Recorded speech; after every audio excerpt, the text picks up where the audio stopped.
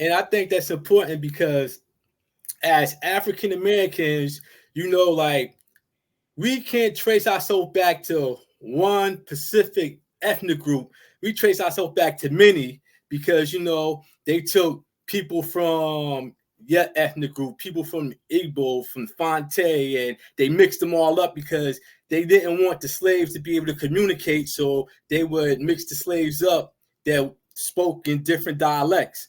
So that's why when African Americans, when we take the test, like for me, like me and my father, like we match people from Nigeria, that's Igbo, Yoruba. We match people from Ghana, from your ethnic group, from Fonte, Asante, and Zima.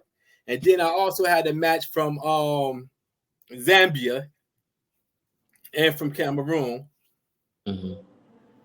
So I Yeah. mean, that's why DNA testing is good for African Americans because by you finding an African cousin, you can say, "Well, I know one of my peoples came from that Pacific ethnic group, that Pacific area."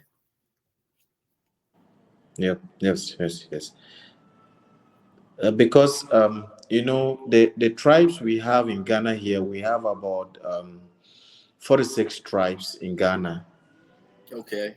Nigeria um, has about over 200 tribes. Okay.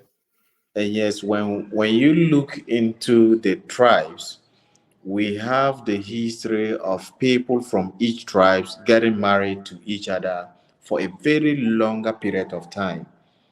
So, looking at the DNA, it is common you can have a match with a tribe as the Fanti tribe, you can have a match with the Kassina tribe, the Yoruba tribe in Nigeria, and even the Hausa tribe in Nigeria. So, it is common, and Africa in general has this linkage before the enslavement. Yes. Yeah. Yeah. So so Yeah.